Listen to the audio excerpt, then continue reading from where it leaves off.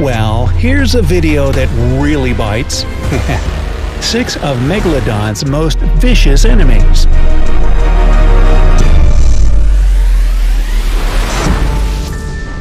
Megalodon was the biggest and baddest shark of the ocean 23 million years ago. It could grow up to 60 feet, and its jaw bite was stronger than a T-Rex's. It was a force to be reckoned with, eating other sharks, whales, and dolphins for breakfast. So, you might think that there was nothing that could stop it. But even this massive shark had enemies, and their fights could be lethal. Think of a T-Rex versus Godzilla. Way out in the middle of the ocean, wearing life vests, duking it out, and you get the picture. Well, maybe not life vests. Those are from the Flintstones period. Check out these 6 enemies of Megalodon that could certainly give it a run for its money. Well, they didn't have money then either, but you get it, right? Hey, first, make sure you click the subscribe button and turn on notifications. Now you'll be one of the first Brightsiders to watch our videos. Counting down from number 6. Cetothurium. Okay, so they've given me a bunch of these big $10 long Latin words to try to say. Let's just count up how much I can earn here, okay? Cetothurium was a baleen whale from the Cetotheridae family.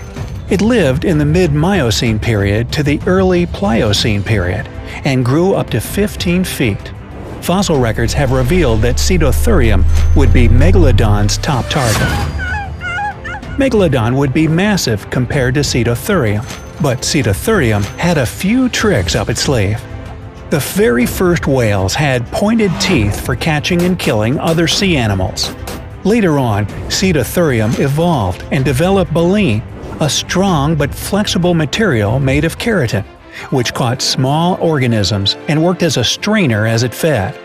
The small organisms would have been caught in large enough quantities to keep Cetothurium satisfied. This would keep Cetothurium close to the surface and away from Megalodon. But when Cetothurium was spotted by Megalodon, there was no escape. Megalodon would dive down to look up at its prey, and then it would ram Cetothurium at high speed, damaging vertebrae in the process. Cetothurium would be too stunned to be able to escape.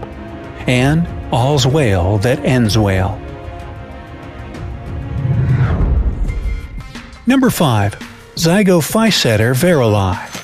This large predator was unknown until geologists found an almost complete Zygophyseter skeleton in 2016 on the shores of southern Italy.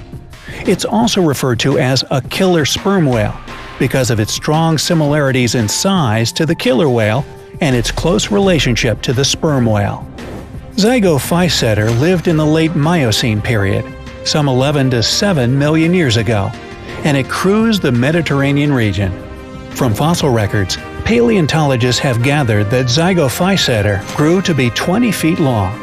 It had an asymmetrical cranium, which is commonly associated with high-frequency sound production and echolocation. Zygophyseter used its echolocation to find and hunt large prey. Their teeth could range from 6 to 10 inches, and they had 14 teeth in their lower jaw and 13 on top. Since their teeth were large and they had full jaw functionality, it's likely that they fed on large fish, dolphins, small whales, and cephalopods such as squids and octopuses. Its lethal bite would have been its best chance against Megalodon. Number 4. Olophyseter.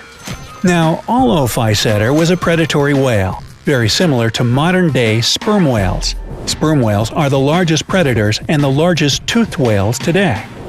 Olophyseter lived in the Miocene period. Back then, the country of Panama was underwater, and many species crossed from the east coast of North America to the west coast through a passageway. The passageway, called the Central American Seaway, was also a favored travel spot for Megalodon. Olophyseters reached a length of 20 feet and weighed about 2,400 pounds. With these specifications, anyone can see that Megalodon was much larger. But Alophyseters would swim in groups to repel attacks by giant beasts like Megalodon in the hope of being protected by the group.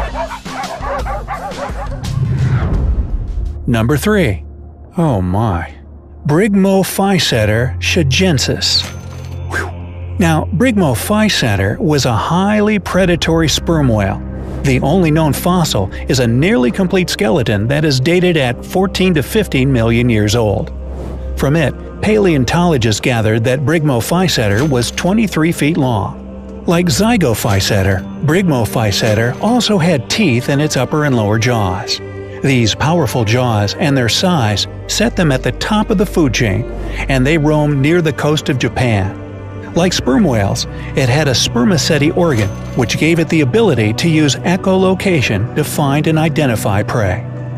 Megalodons traveled all the way around the world, as evidenced by the location of their fossils. Megalodons and Brigmophyseters swam the oceans at the same time, the Miocene period.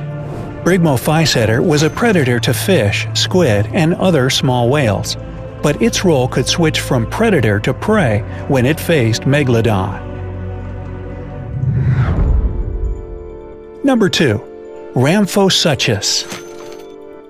Now, Ramphosuchus is one of the largest known crocodiles ever to roam Earth. The world wouldn't even be aware of the existence of Ramphosuchus if it wasn't for the discovery of incomplete sets of fossils that are mostly teeth and skulls. Ramphosuchus is estimated to have been 26 to 36 feet long. It inhabited the Indian subcontinent and, like Megalodon, it lived in the Miocene period. It's a relative of the modern false gharial, a native of peninsular Malaysia. Like the false gharial, it is believed to have had a longer and thinner snout compared to other crocodiles. It also had multiple teeth to capture its prey. Theory suggests that Ramphosuchus fed on fish and, on occasion, much larger prey. Ramphosuchus was such an excellent swimmer thanks to its strong and long tail.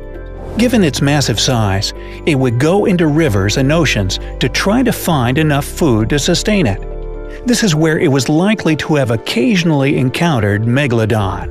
Ramphosuchus and Megalodon would have fought over the same food. Given that Ramphosuchus had such a long and strong bite, it would have been a big challenger to Megalodon. Number 1. Livyatan melville. You might know this whale by the name Leviathan. Soon after researchers discovered Leviathan's fossils and assigned it the name Leviathan, they realized that the name had already been taken by a mastodon a century earlier. This caused the switch to the Hebrew spelling of Leviathan. Now, Leviathan and Megalodon were two of the most terrifying creatures to roam the oceans, and both lived during the Miocene period. Leviathan was a whale that was 60 feet long and weighed up to 50 tons. Its largest teeth were up to 14 inches long. A theory about Leviathan's method of hunting is that it was very similar to Megalodon's. It would dive deep and headbutt its prey at fast speeds, and its target would be other whales. Megalodon and Leviathan competed for the same food and fought over turf. They both preferred to feed on baleen whales like Cetothurium, which we mentioned earlier.